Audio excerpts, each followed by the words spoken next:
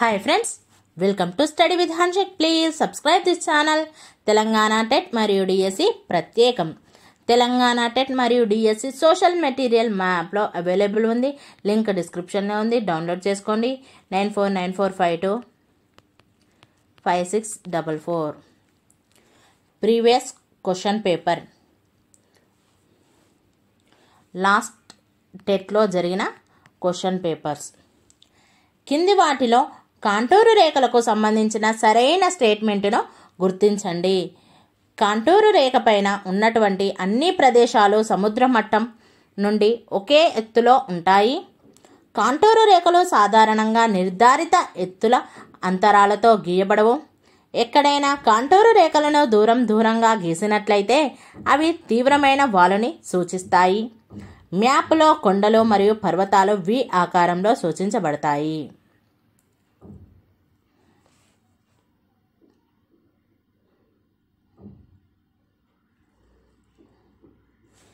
Answer first one.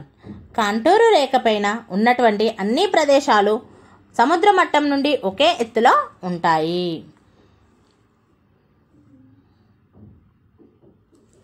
పతన కోణం దీనిని సూచిస్తుంది. సూర్యుని కిరణాలు భూమి ఉపరితలం నుండి వాతావరణంలోకి తిరిగి పరావర్తనం చెందే కోణం. సౌరశక్తి మొత్తం భూమి యొక్క వాతావరణం ద్వారా తిరిగి ప్రతిబింబించే కోణం. భూమి ఉపరితలాన్ని సూర్యుని కిరణాలు తాకే కోణం. సౌరశక్తి మేఘాల ద్వారా గ్రహించబడి ప్రతిబింబించే కోణం.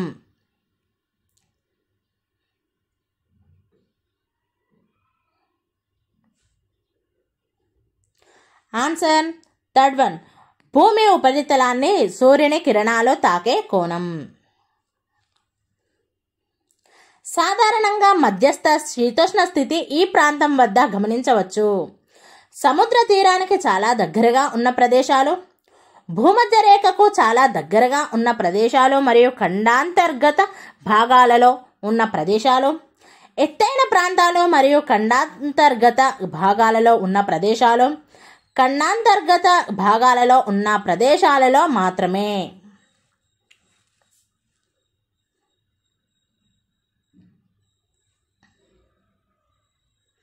Answer first one. సముద్ర తీరానికి చాలా దగ్గరగా ఉన్న ప్రదేశాలు. భూ అంతర్నిర్మాణంలోని ఈ పొర శిలాద్రవానికి ప్రధాన మూలం.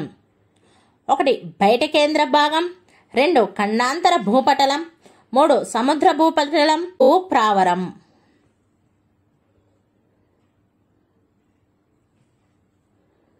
Answer fourth one. భూప్రావరం. రైతు తన గ్రామంలో సొంత గొట్టం కలిగి ఉండటం ఈ ఉత్పత్తి కారకం కిందికి వస్తుంది. భూమి, శ్రమ, భౌతిక పెట్టుబడి, నిర్వహణ పెట్టుబడి.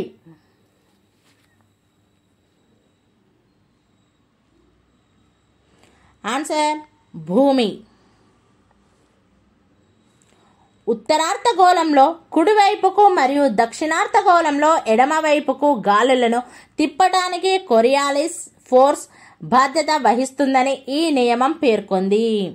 1 ఫారెల్స్ నియమం, 2 పాస్కల్స్ నియమం, 3 కెప్లర్ నియమం, 4 న్యూటన్ 3వ నియమం.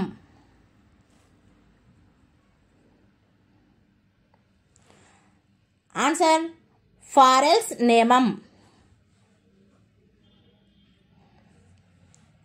వ్యాపార పవనాలు ఈ పీడన ప్రాంతాల మధ్య వీస్తాయి. ఉప ఆయన రేఖ అధిక పీడన ప్రాంతం మరియు ఉప ధ్రువ అల్పపీడన ప్రాంతం.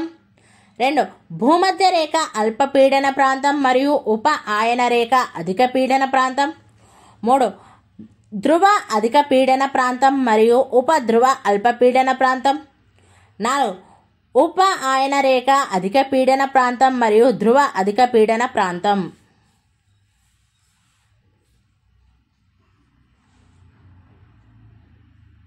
ఆన్సర్ 2 భూమధ్య రేఖ అల్పపీడన ప్రాంతం, ఉప ఆయన రేఖ అధిక పీడన ప్రాంతం. ఓరోజెనిక్ అనే పదం ఓరెస్ అనే గ్రీకు పదం నుండి గ్రహించబడింది. ఓరెస్ అనగా 1 పీఠభూమి, 2 పర్వతం, 3 మైదానం, 4 వరద మైదానం.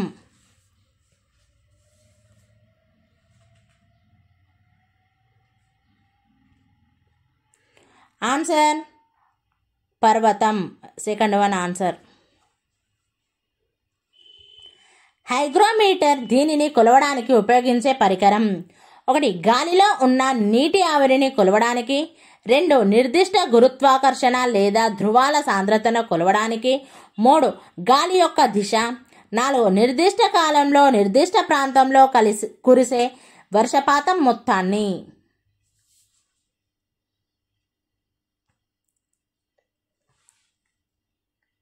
ఆన్సర్ 1 గాలిలో ఉన్న నీటి ఆవిరిని కొలవడానికి. ఈ రకమైన అడవులు కన్నాల పశ్చిమం వైపున మరియు నైరుతి అంచులలో ఎక్కువగా ఉన్నాయి. 1 ఉష్ణమండల ఆకురాల్చే అడవులు, 2 శృంగాకారపు అడవులు, 3 సమశీతోష్ణ ఆకురాల్చే అడవులు, 4 మధ్యధరా వృక్ష సంపద. ఆన్సర్ 4 మధ్యధరా వృక్ష సంపద. భారతదేశం యొక్క ఈ పీఠభూమి ఇండియన్ ఫలకంపై సవారీ చేస్తుంది. 1 మాల్వా పీఠభూమి, 2 చోటా నాగపూర్ పీఠభూమి, 3 మార్వార్ పీఠభూమి, 4 దక్కన్ పీఠభూమి.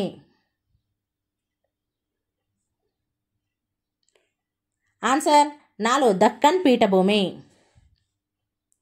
కింది వాటిలో అత్యధిక సాంద్రత కలిగి ఉన్న గ్రహం గుర్తించండి. 1 బృహస్పతి, 2 అంగారకుడు, 3 బుధుడు, 4 భూమి.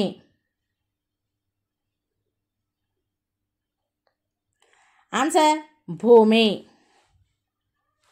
దక్కన్ పీఠభూమి తూర్పు మరియు దక్షిణ భాగాలలోని తక్కువ వర్షపాతం ఉన్న ప్రాంతాల్లో స్ఫటికాకార అగ్నిశిలలపై అభివృద్ధి చెందే నేలలు. 1 నల్లరేగడి నేలలు, 2 ఎర్ర నేలలు, 3 లేటరైట్ నేలలు, 4 ఒండ్రు మట్టి నేలలు.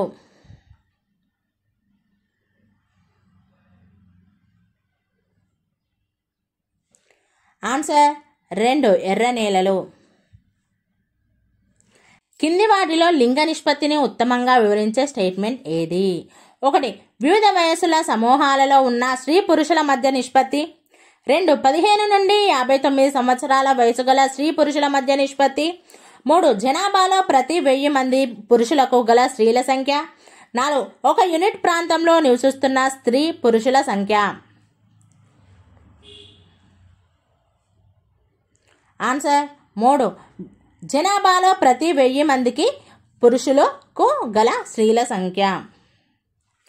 ఈ పంట సాగుకు ఏడాది పొడవునా వెచ్చని మరియు ఆర్ద్రశీతోష్ణ స్థితితో పాటు హిమరహిత వాతావరణం ఉండాలి. చెరకు, జనపనార, వరి, తేయాకు. ఆన్సర్ 4th వన్ తేయాకు. క్యోటో ప్రోటోకాల్ 1997 యొక్క ముఖ్య ఉద్దేశం: 1 భూగోళం వేడెక్కడం నుండి భూమిని రక్షించడం, 2 ప్రపంచంలోని అన్ని దేశాలు ఆకలితో బాధపడకుండా ఉన్నారని దృఢపరచుకోవడం, 3 ప్రపంచంలో శాంతి మరియు సామరస్యాన్ని కొనసాగించడం, 4 ప్రపంచంలోని అన్ని దేశాల మధ్య సాంస్కృతిక ఐక్యతను తీసుకురావడం. ఆన్సర్ 1 భూగోళం వేడెక్కడం నుండి భూమిని రక్షించడం. మొదటి ప్రపంచ యుద్ధం తర్వాత 1919లో జరిగిన వర్సైల్స్ శాంతి సమావేశంలో పాల్గొనడానికి మొదటి ప్రపంచ యుద్ధంలో గెలిచిన దేశాలు ఈ దేశాలను ఆహ్వానించలేదు. 1 జర్మనీ, ఆస్ట్రియా మరియు టర్కీ, 2 జర్మనీ, ఫ్రాన్స్ మరియు Russia, 3 United States of America, France, Italy, 4 Italy, Germany మరియు టర్కీ. ఆన్సర్ 1 జర్మనీ, ఆస్ట్రియా మరియు టర్కీ. ఈ కారణంగా ఫిబ్రవరి 1917లో రష్యాలో తాత్కాలిక ప్రభుత్వం ఏర్పాటు చేయబడింది. 1 జార్ నికోలస్ II తన సింహాసనాన్ని వదిలి పారిపోవడం, 2 మొదటి ప్రపంచ యుద్ధం సమయంలో జార్ నికోలస్ II హత్య గావించబడడం, 3 ఆర్థిక సంక్షోభం, 4 జర్మనీ రష్యాపై దాడి చేయడం.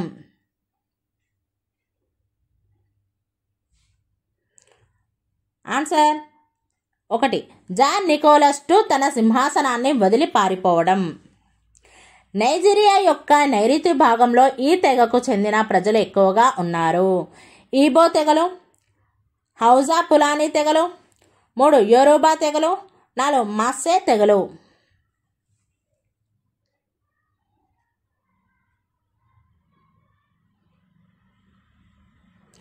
ఆన్సర్ 3 యోరూబా తెగలు. కింది వాటిలో ఏది ఖండాంతర ఆఫ్రికా వాదంను ఉన్నతంగా వివరిస్తుంది? 1 ఇది దేశం లేదా తెగతో సంబంధం లేకుండా ఆఫ్రికన్ ప్రజలందరి ఐక్యతను ప్రోత్సహించే ఆలోచన. 2 ఇది వ్యవసాయపరంగా మరియు పారిశ్రామికంగా అభివృద్ధి చెందడంలో ఆఫ్రికా ప్రజలకు సహాయపడే ఒక భావన. 3 ఇది ఒక ఉమ్మడి నైజీరియన్ లేదా దేశం ఉన్న భావనను కలిగించి బ్రిటిష్ పాలకులతో పోరాడటం ప్రారంభించింది. 4 ఇది విభజించు పాలించు అన్న విధానం తప్ప మరొకటి కాదు. ఆన్సర్ 1 ఇది దేశం లేదా తెగతో సంబంధం లేకుండా ఆఫ్రికన్ ప్రజలందరి ఐక్యతను ప్రోత్సహించే ఆలోచన. కొమరం భీం ఈ ప్రదేశంను కేంద్రంగా చేసుకొని గొరెల్లా పోరాటాన్ని ప్రారంభించాడు. 1 జోడేఘాట్, 2 సంకెపల్లి, 3 దమ్మనపల్లి, 4 కొయ్యూరు.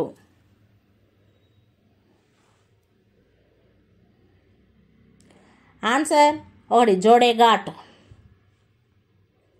మౌర్య సామ్రాజ్య కాలంలో భారతీయ సమాజం మరియు సంస్కృతికి సంబంధించిన వివరణాత్మక ఖాతాలకు ప్రసిద్ధి చెందిన గ్రీకు రాయబారి. 1 హెరోడోటస్, 2 మొగస్తనీస్, 3 టాలమీ, 4 స్ట్రాబో.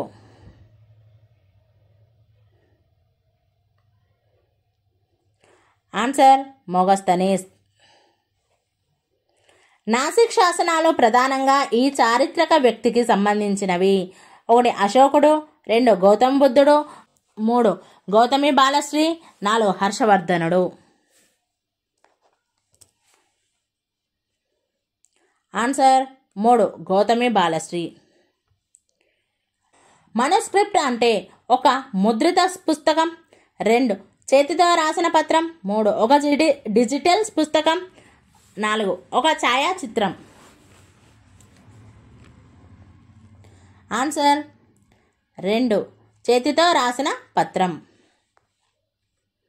చారిత్రక అధ్యయనాల సందర్భంలో శాసనం అంటే 1 చరిత్రకారులు సృష్టించిన ఒక రకమైన వ్రాతపత్రం, 2 రాయి లేదా లోహంపై చెక్కిన లేదా వ్రాసిన ఒక సందేశం, 3 తరతరాలుగా వస్తున్న ఒక మౌఖిక సాంప్రదాయం, 4 వినోదం కోసం సృష్టించబడిన కాల్పనిక కథనం. ఆన్సర్ 2 రాయి లేదా లోహంపై చెక్కిన లేదా వ్రాసిన ఒక సందేశం. బెంగాల్లో జోతేదారుల పెరుగుదలకు ఈ వ్యవస్థ దోహదపడింది. 1 జమీందారీ వ్యవస్థ, 2 రైత్వారీ వ్యవస్థ, 3 షేర్ క్రాపింగ్ వ్యవస్థ, 4 భూస్వామ్య వ్యవస్థ. ఆన్సర్ 1 జమీందారీ వ్యవస్థ. 1764 బక్సార్ యుద్ధంలో పాల్గొన్న 3 శక్తులు. 1 బ్రిటిష్ ఈస్ట్ ఇండియా కంపెనీ, మరాఠాలు, మైసూర్ రాజులు, 2 British East India company, Bengal నవాబ్, మొఘల్ చక్రవర్తి, 3 British East India company, French East India company, Dutch East India company, 4 British East India company, సిక్కులు, Portuguese. Answer 2 British East India company, Bengal నవాబ్, మొఘల్ చక్రవర్తి. భారత రాజ్యాంగ ముసాయిదా కమిటీకి ప్రధాన రాజ్యాంగ సలహాదారు. 1 Granville Austin, 2 Benegal Narasinga Rao, 3 TT Krishnamachari, 4 DP Khaitan.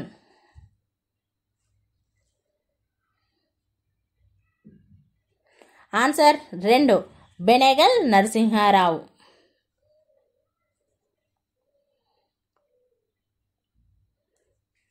భారత రాష్ట్రపతి ఈ రంగాలలో ఆచరణాత్మక అనుభవం ఉన్న ప్రముఖ వ్యక్తులైన 12 మందిని రాజ్యసభకు సభ్యులుగా నామినేట్ చేస్తారు. 1 సాహిత్యం, విజ్ఞాన శాస్త్రం, కళ మరియు సామాజిక సేవ. 2 ఆర్థిక శాస్త్రం, మనోవైజ్ఞానిక శాస్త్రం మరియు సామాజిక సేవ. 3 చట్టం, సాహిత్యం మరియు ఆర్థిక శాస్త్రం. 4 విజ్ఞాన శాస్త్రం, క్రీడలు మరియు ఆర్థిక శాస్త్రం.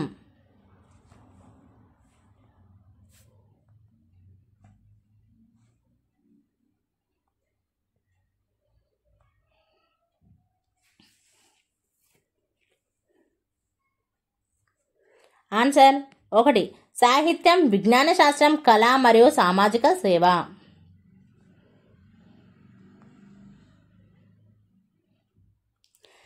ఇచ్చిన స్టేట్మెంట్లను అధ్యయనం చేసి సరైన సమాధానాన్ని ఎంచుకోండి.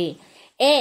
భారత పార్లమెంటులో ద్రవ్య బిల్లును సమర్పించడానికి రాష్ట్రపతి ముందస్తు అనుమతి అవసరం. బి. ద్రవ్య బిల్లును ఆమోదించడంలో 2 సభల మధ్య ఏకాభిప్రాయం కుదరకపోతే భారత రాష్ట్రపతి పార్లమెంటు ఉభయ సభల ఉమ్మడి సమావేశాన్ని ఏర్పాటు చేస్తారు. సరైన సమాధానాన్ని ఎంచుకోండి.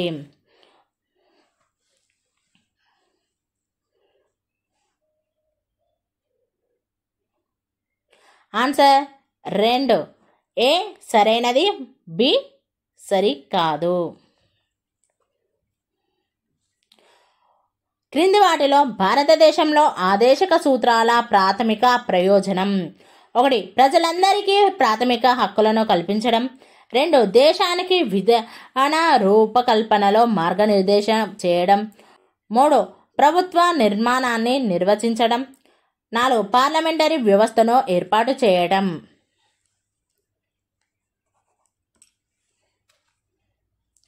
ఆన్సర్ 2 దేశానికి విధాన రూపకల్పనలో మార్గనిర్దేశం చేయడం.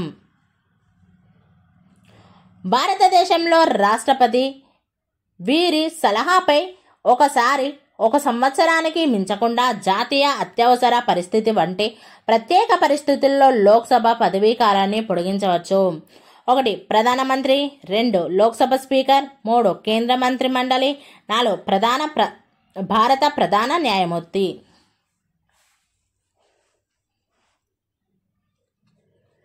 ఆన్సర్ 3 కేంద్ర మంత్రి మండలి. జాతీయ మానవ హక్కుల కమిషన్ సుమోటో విచారణలో నిర్వహించవచ్చు. సుమోటో విచారణ అనగా: 1 ప్రజా ఫిర్యాదుల ఆధారంగా దర్యాప్తు చేయడం. 2 తనంతట తానుగా విచారణ చేపట్టడం. 3 కోర్టు రిఫరల్స్ను మాత్రమే దర్యాప్తు చేయడం. 4 ప్రభుత్వ ఆమోదం పొందిన తర్వాత దర్యాప్తు చేయడం. ఆన్సర్ 2 తనంతట తానుగా విచారణ చేపట్టడం. United Nations Beijing declaration and programme of action 1995 యొక్క ముఖ్య ఉద్దేశం: 1 ఆసియా దేశాల ఆర్థికాభివృద్ధి. 2 లింగ సమానత్వం మరియు మహిళా సాధికారికత. 3 పర్యావరణ పరిరక్షణ. 4 రాజకీయ సుస్థిరత.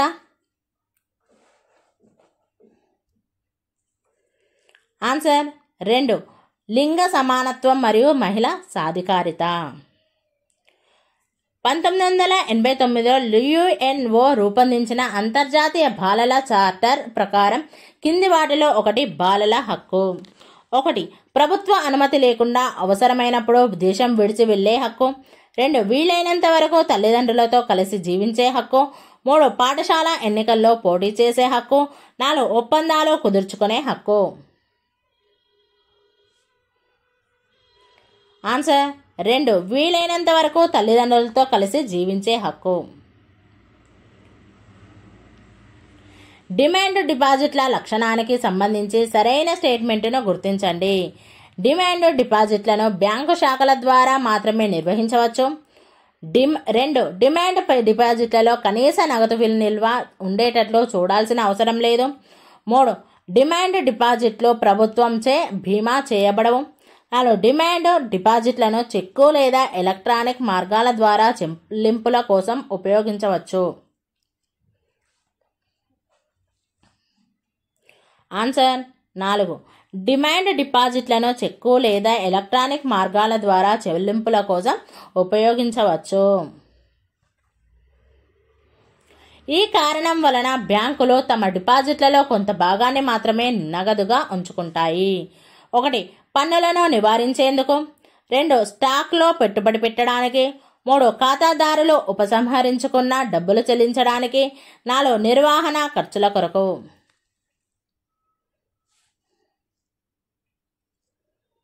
ఆన్సర్ 3. ఖాతాదారులు ఉపసంహరించుకున్న డబ్బులు చెల్లించడానికి. డిపాజిటర్లు మరియు రుణగ్రహీతల మధ్య బ్యాంకులు ఏ విధమైన పాత్ర పోషిస్తాయి? 1. బ్యాంకులు ఆర్థిక సలహాదారులుగా వ్యవహరిస్తాయి. 2. బ్యాంకులు ప్రభుత్వ నిధులను నిర్వహిస్తాయి. 3. బ్యాంకులు మిగులు నిధులు జమ చేసిన వారు మరియు నిధులు అవసరమైన వారి మధ్య మధ్యవర్తిత్వం వహిస్తాయి. బ్యాంకులు డిపాజిటర్లకు మాత్రమే సేవ చేస్తాయి.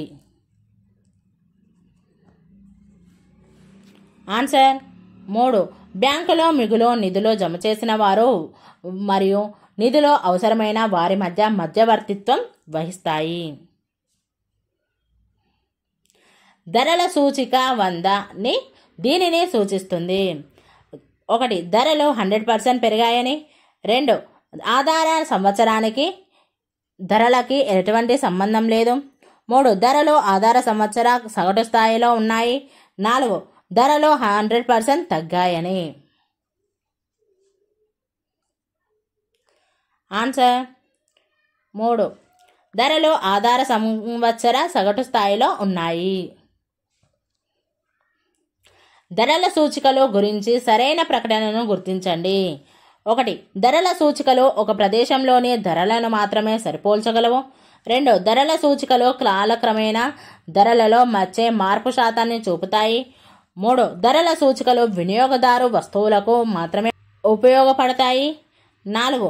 ధరల సూచీలు ఆర్థిక వ్యవస్థలో వచ్చే మార్పులను ప్రతిబింబించవు.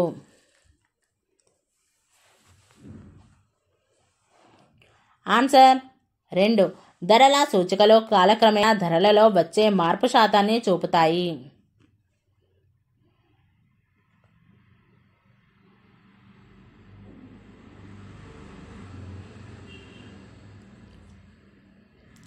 భారతదేశంలో కర్మాగారాలను లేదా వ్యాపారాలను నిర్వహించే సంస్థలు వారికి వచ్చే లాభాలపై చెల్లించాల్సిన పన్ను రకం. 1. వస్తువులు మరియు సేవల పన్ను. 2. కార్పొరేట్ పన్ను. 3. Customs duty.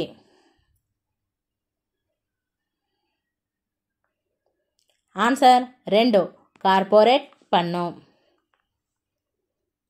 భారతదేశంలోని ప్రారంభ బ్యాంకర్లైన జగత్ సేత్లో మరియు షాలో వారి రసీదులతో బ్యాంకింగ్ వ్యవస్థను ఎలా తమ ఆధీనంలోకి తెచ్చుకున్నారు? 1. నాణేలను ముద్రించిన వారిలో వారు మొదటివారు. 2. వారు ఇచ్చిన రసీదులు దేశవ్యాప్తంగా ఆమోదించబడ్డాయి. 3. వారు బంగారం విలువను నియంత్రించారు. 4. వారు మొదటి జాతీయ బ్యాంకును స్థాపించారు.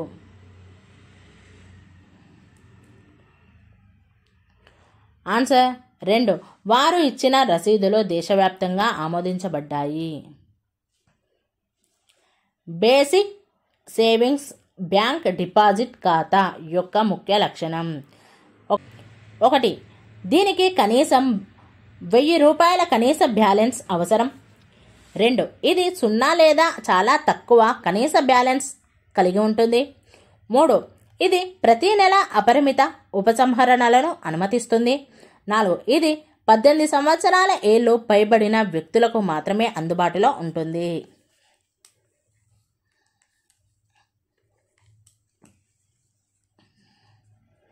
ఆన్సర్ 2. ఇది 0 లేదా చాలా తక్కువ కనీస బ్యాలెన్స్ కలిగి ఉంటుంది. సరళీకృత KYC నిబంధనల ప్రకారం ఒక చిన్న ఖాతా అంటే 1. వ్యాపార లావాదేవీల కోసం మాత్రమే ప్రత్యేకంగా ఏర్పాటు చేయబడిన ఖాతా. 2. చిన్న ఖాతాగా పరిగణించబడి బేసిక్ సేవింగ్స్ బ్యాంక్ డిపాజిట్ ఖాతా. 3. విస్తృతమైన డాక్యుమెంటేషన్ అవసరమయ్యే ఖాతా. 4. ఉపసంహరణ పరిమితులు లేని ఖాతా. ఆన్సర్ 2. చిన్న ఖాతాగా పరిగణించబడే బేసిక్ సేవింగ్ బ్యాంక్ డిపాజిట్ ఖాతా. 2013లో రూపొందించబడిన జాతీయ ఆహార భద్రతా చట్టం యొక్క ఉద్దేశం: 1. సేంద్రియ వ్యవసాయాన్ని ప్రోత్సహించడం. 2. వ్యవసాయ ఎగుమతులను పెంచడం. 3. ఆహార పదార్థాల ధరలను నియంత్రించడం. 4. ప్రజల ఆహార హక్కును చట్టబద్ధం చేయడం.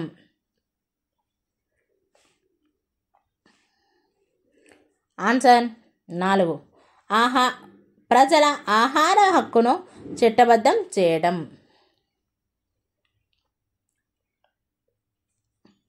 కింది ఉత్పత్తి కారకాలలో ఒకటి నిర్వహణ పెట్టుబడి కిందకు వస్తుంది: 1. సాధనాలు మరియు యంత్రాలు. 2. ముడి పదార్థాలు మరియు ఉత్పత్తి కోసం డబ్బు. 3. భూమి మరియు సహజ వనరులు. 4. దీర్ఘకాలిక పెట్టుబడులు.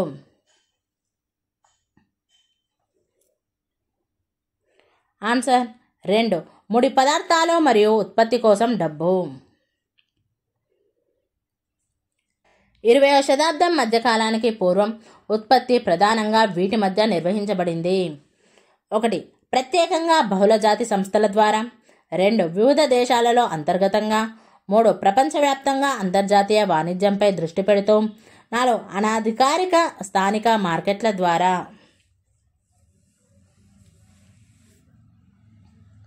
ఆన్సర్ సెకండ్ వన్, వివిధ దేశాలలో అంతర్గతంగా. జీడిపి ప్రధానంగా దీనిని కొలుస్తుంది: 1. దేశంలోని పౌరులందరి ఆదాయాన్ని మాత్రమే. 2. దేశంలో ఉత్పత్తి చేయబడిన మొత్తం వస్తువుల సంఖ్యను మాత్రమే. 3. ఉత్పత్తి చేయబడిన అన్ని తుది వస్తువులు మరియు సేవల మార్కెట్ విలువను. 4. అందుబాటులో ఉన్న సేవా రంగ ఉద్యోగాల సంఖ్యను మాత్రమే. ఆన్సర్ 3. ఉత్పత్తి చేయబడిన అన్ని తుది వస్తువులు మరియు సేవల మార్కెట్ విలువను. Thank you friends. ఈ వీడియో కనుక నచ్చినట్లయితే లైక్ చేయండి, షేర్ చేయండి, కామెంట్ చేయండి, సబ్స్క్రైబ్ చేయండి ఫ్రెండ్స్.